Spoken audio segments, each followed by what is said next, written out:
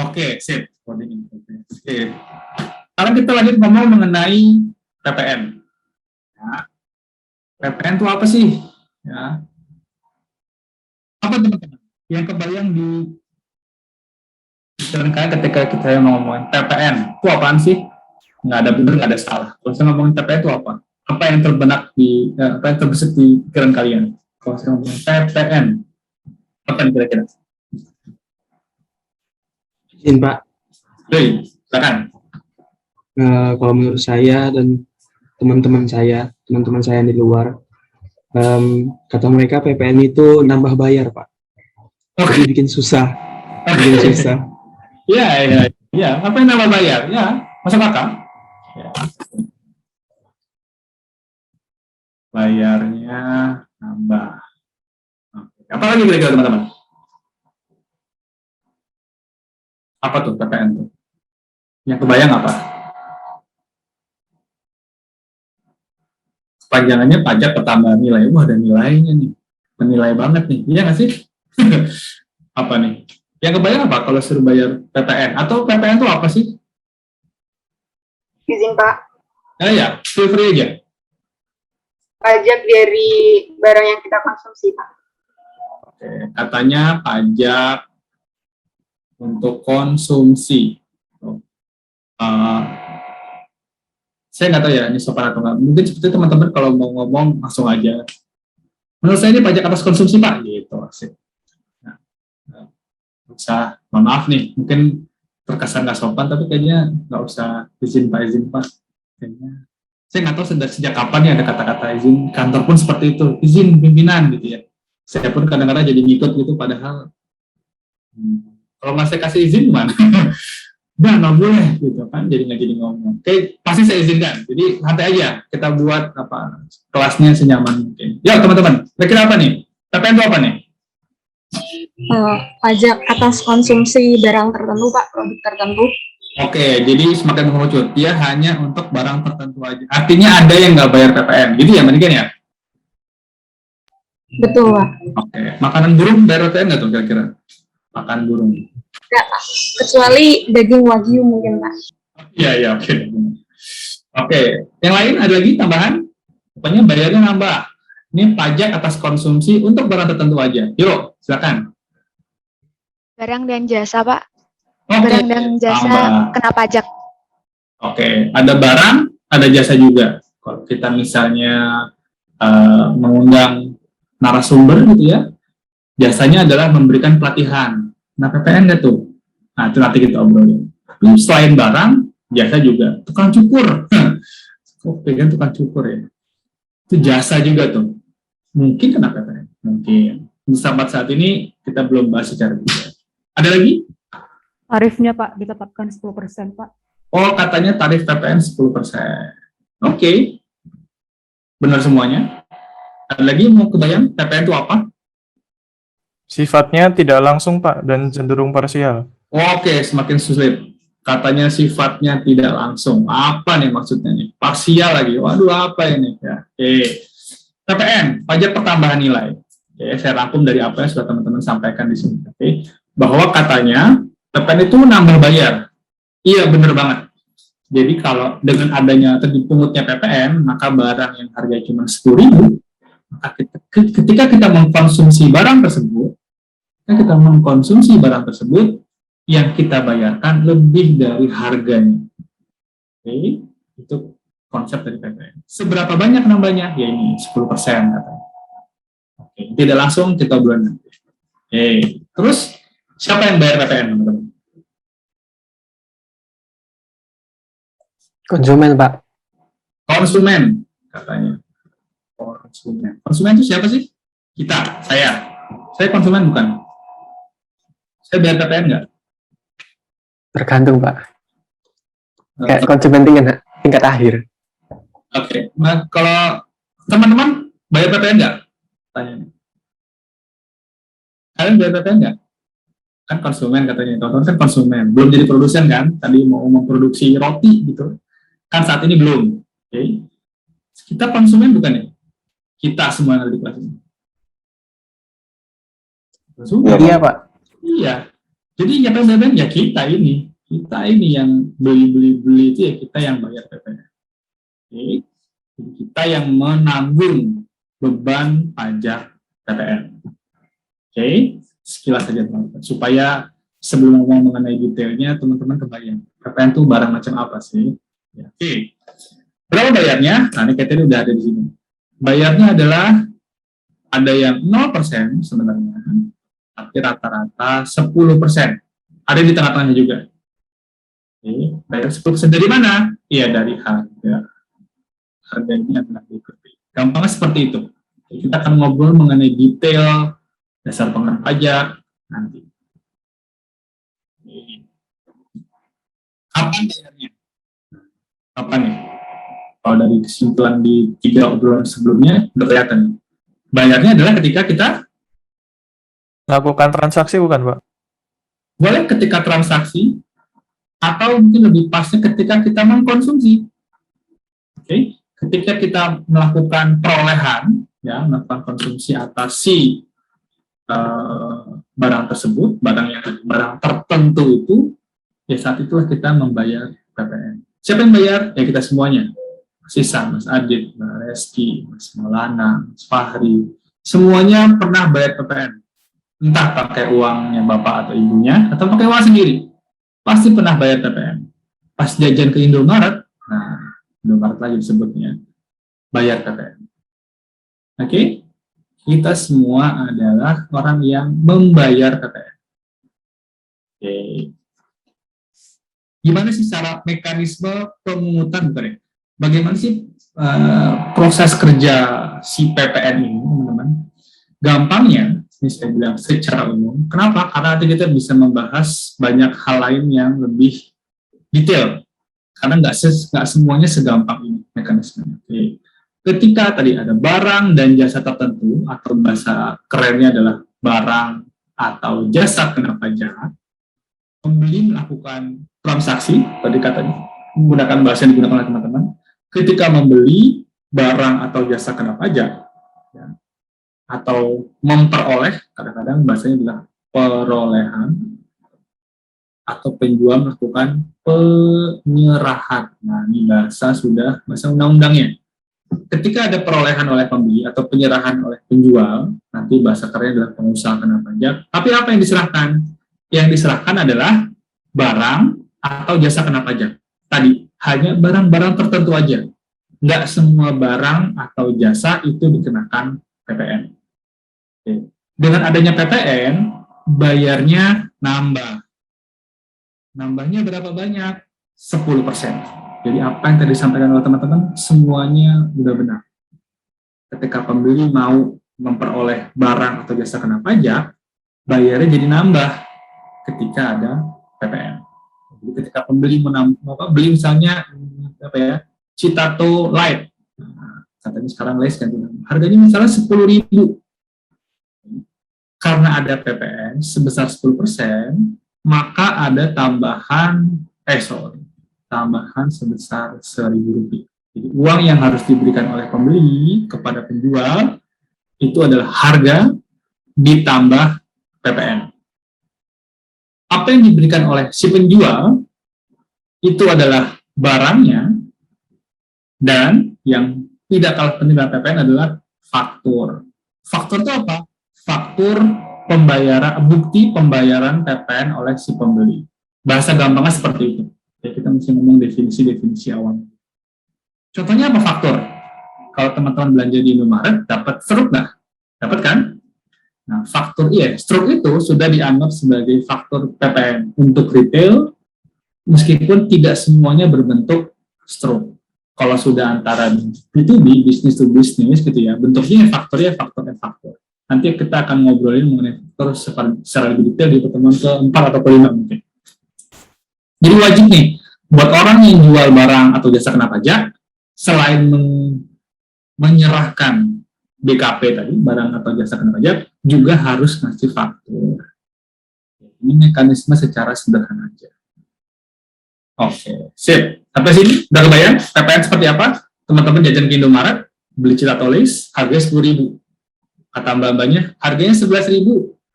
Oke deh. Nah, Meskipun kadang-kadang kalau di Indomaret harga sudah tercantumnya include PPN supaya nggak diprotes, biasanya seperti itu. Jadi apa yang teman bayarkan sudah termasuk PPN. Kita sebagai konsumen lah yang membayar atau menanggung PPN. Kenapa? Tadi kata teman-teman, PPN itu adalah pajak atas konsumsi. Karena kita konsumennya, maka yang menanggung PPN adalah si konsumen. Kita dapat barang plus bukti bayar sebenarnya faktor itu. Bukti telah membayar PPN yang biasanya kita cek-cekin langsung membuang tempat sampah. Karena nggak penting buat kita, bener banget. Ya, buat kita nggak penting, tapi nanti buat penjualnya penting. Oke, mekanisme PPN secara garis besar. Bingung? Ada yang perlu saya ulang? Gimana? Aman semuanya, Mas Bro? Aman, Pak. Oke. Aman, Pak. Oke, lanjut kalau gitu. Sekarang kita bawa mekanisme tadi ke mekanisme yang lebih kompleks. Ya. Kita lihat ternyata PPN itu ya, ada di setiap siklus. Ya, tadi kita baru ngomong di sini. Contohnya adalah pakaian yang jual, ya jelas-jelas barang tenaga kerja. Ya. Kita ngomongin di sisi dulu deh. Kita sebagai konsumen, ya, akan membeli dari pedagang eceran pakaian. Ya. Harganya berapa? Harganya adalah ternyata 17.000. Oke. Ketika nanti kita membayar ke pedagang eceran, itu sudah include, sudah termasuk PPN sebesar 1.700.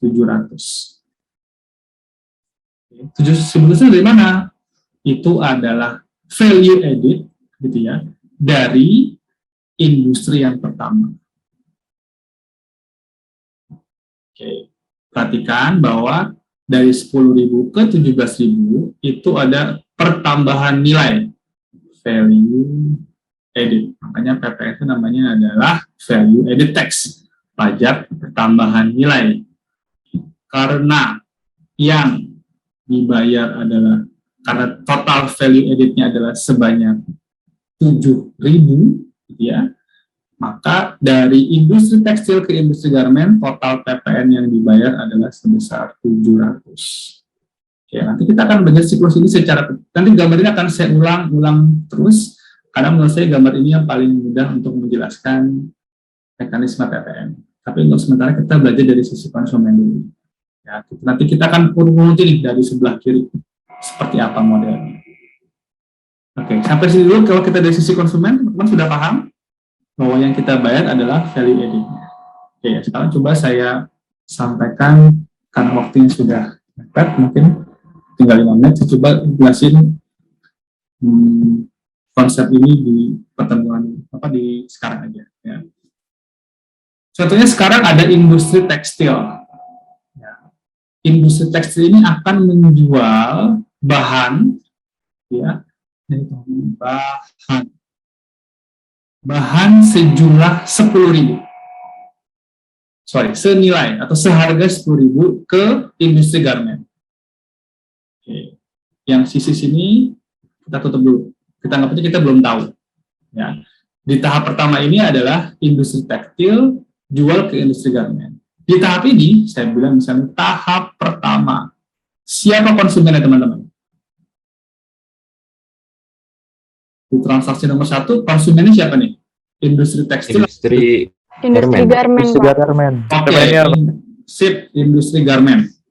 Ya, karena industri garmen sebagai konsumen, maka yang bayar PPN siapa? Yang bayar PPN adalah industri garmen. Oke. Jadi di sini industri tekstil menjual barang seharga 10.000, industri garmen bayarnya berapa? Bayarnya 11.000. Apa aja itu komponennya? 10.000 adalah harga dari industri tekstil, 1.000-nya itu adalah PPN. Oke. Tahap kedua. Di tahap kedua ini tentu saja konsumennya sekarang adalah pedagang besar. Karena industri garmen menjual seharga 14.000, maka dia harus memungut PPN sebesar 1.000 400. Ya enggak? Dia harus memungut PPN sebesar 1.400. Sehingga si pedagang besar bayarnya nanti adalah sebesar 15.400. Tapi PPN yang nantinya akan disetorkan ke kas negara oleh si industri garment, karena ini yang dinilai hanya value added-nya aja, hanya nilai tambahnya aja, dari sini ke sini, nilai tambahnya adalah 4.000. Sehingga PPN yang nanti disetor ke kas negara, itu hanya 400 saja. Berbeda dengan sini, anggapnya dari 0 ke 10.000, value added-nya 10.000. Oke? Kalau di tahap kedua, maka karena value added-nya, karena nilai tambahnya hanya 4.000, maka yang disetor ke kas negara adalah 400. Apa konsekuensi di tahap kedua ini?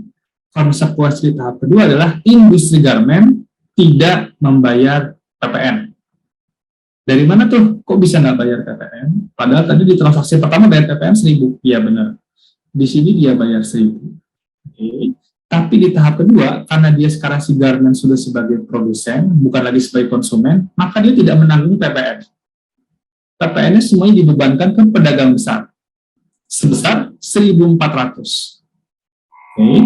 Sehingga PPN sebesar 1.400 yang diterima oleh industri garment, kan industri garment nerimanya 15.400.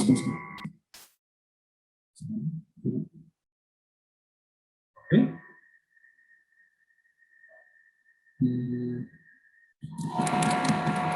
Ada yang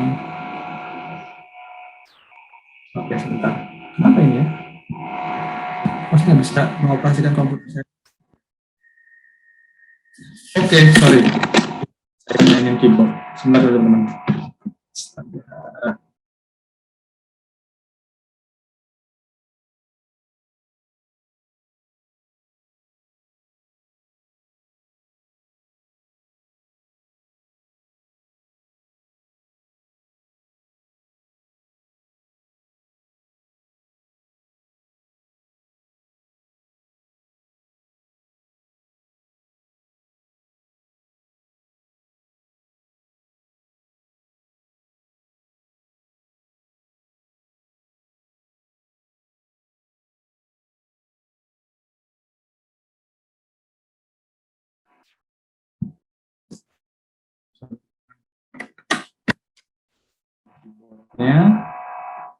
Diutak-atik. Diutak-atik dulunya. Ya, hilang ya coret-coretannya.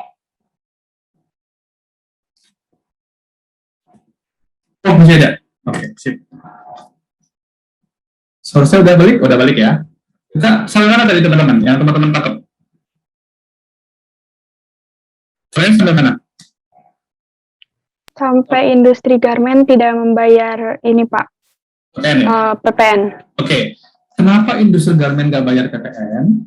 Karena di tahap 1 dia sebagai konsumen, dia bayar PPN 1.000. Oke.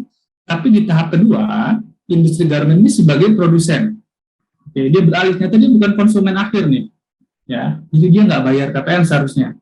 Maka ketika dia menerima pembayaran sebesar 15.400 dari pedagang besar, yang di tahap ini adalah konsumen, maka 1.000 rupiah, 1.000 yang dia terima, itu dia masukkan ke kantongnya dia lagi, untuk meng-offset 1.000 yang pernah dia bayarkan di transaksi 1. Yang 400 disetor ke kas negara. Sehingga sampai tahap ini, ya, PPN sudah dibayarkan berapa oleh sistem ini, oleh transaksi, 2 transaksi ini tetap 1.400. 1.000 di tahap yang pertama, 400 di tahap yang kedua. Total value edit dari awal berapa sih? Dari 0 ke 14.000. Ada 14.000 value edit, yang dibayar ada sejumlah 1.400. Oke. Sebelum lebih jauh, sampai sini ada yang perlu saya ulang, teman-teman? Konsep PPN. Sebelum kita ngomongin detail mengenai mekanisme pajak tidak langsung, apa dana pajak, yang penting bayangan PPN-nya sampai sini, oke? Oke lah ya. Ada yang perlu saya ulang? Nggak ada? Oke. Pak, izin ini Pak, Oke, silakan. yang masih nggak paham yang 1.000 itu disimpan garmen untuk menutupi dia membayar PPN yang di tahap pertama itu atau gimana Pak? Ya, jadi gini, bayangkan saya, Mas Adit. Oke ya, saya industri tekstil, Mas Adit industri garmen. Saya jual barang seharga 10.000, tapi Mas Adit bayar berapa? 11.000. Oke, dari 11.000 yang saya terima, 10.000 itu emang uang saya. Oke, tapi yang 1.000-nya saya setor ke kas negara sebagai pembayaran PPN oleh Mas Adit selaku pemilik industri garmen. Sampai sini, berarti industri garmen, berapa bayar PPN? Rp1.000. Oke nggak tuh? Oke Pak. Oke. Tapi ternyata Mas Adit ini bukan konsumen. Dia hanya mengolah bahan tekstilnya ya, menjadi baju. Oke. Sekarang dari bahan yang sudah dibeli dari saya, Mas Adit punya baju gitu ya. Satu helai lah untuk mempermudah model kita, mau dijual seharga 14.000. Oke, 14.000. Tapi ingat karena si baju merupakan barang kena pajak, harus juga dikenakan PPN nih kepada siapa? Kepada konsumen. Maka si pedagang besar kita anggap dia adalah pradana, gitu ya. Si pradana ini beli ke Adit, bayarnya berapa? Bayarnya 15.400. Buat apa tuh? 14.000 adalah barang harga punya si Adit, yang 1.400 itu adalah 10% dari 14.000 PPN-nya yang harus ditanggung oleh konsumen. Ya, nah, berarti kan si Adit sekarang nerima 15.400 nih. Yang unsurnya adalah 14.000 adalah harga dari barangnya, 1.400 itu adalah PPN yang dibayarkan oleh si pedagang besar. Si pedagang besar bayar PPN berapa? 1.400. Fix, itu nggak berubah di titik ini. Tapi ingat, tadi si Adit udah pernah bayar PPN 1.000. Padahal dia bukan konsumen akhir.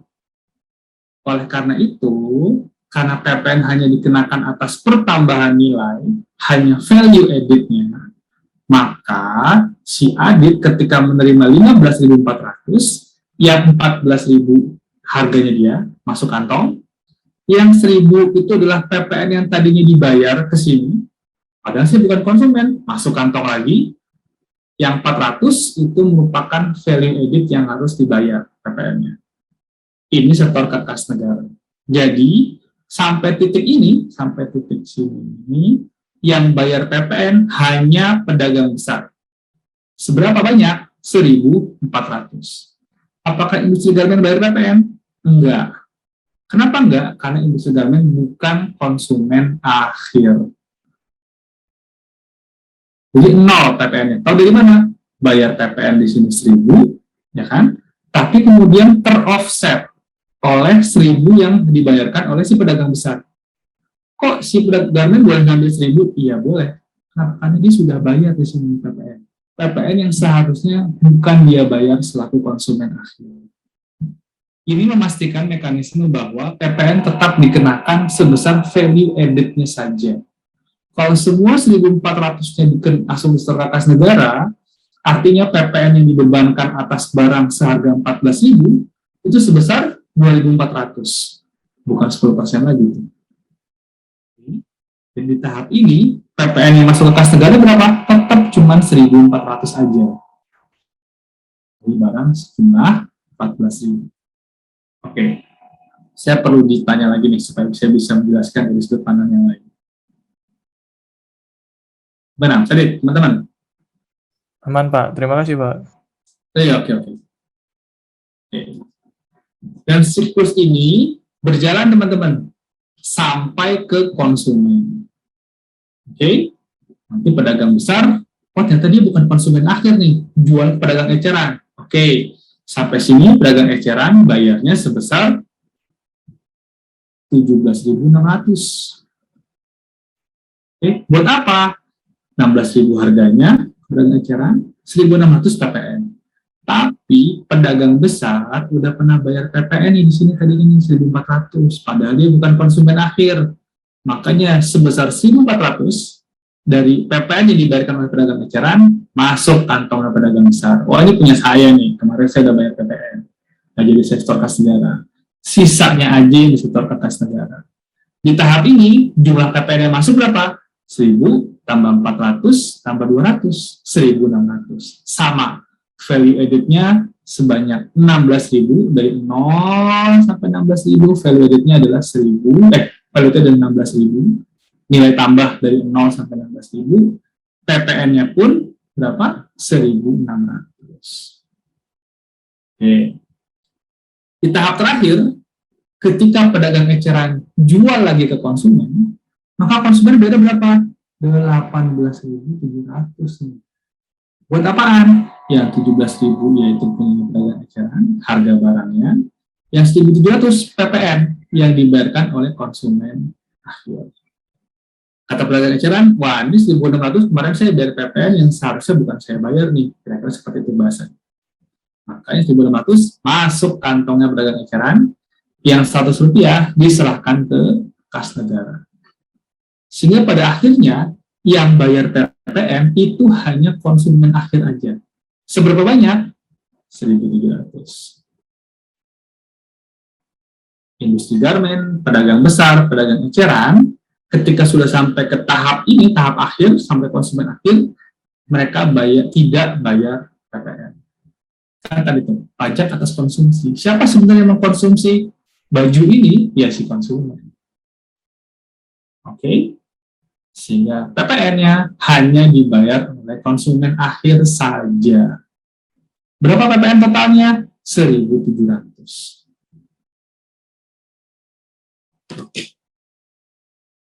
Sampai sini ada yang perlu saya ulang nggak teman-teman?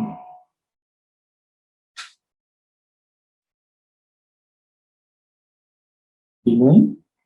Perlu waktu Aman, Pak. Aman ya? Oke, sip. Kalau memang nggak usah gitu ya, nggak ada pertanyaan yang terlalu dangkal. Oke, sip. Saya rasa materinya cukup, masih ada beberapa. Saya mau stop di sini dulu supaya teman-teman punya waktu untuk ngumpul sesama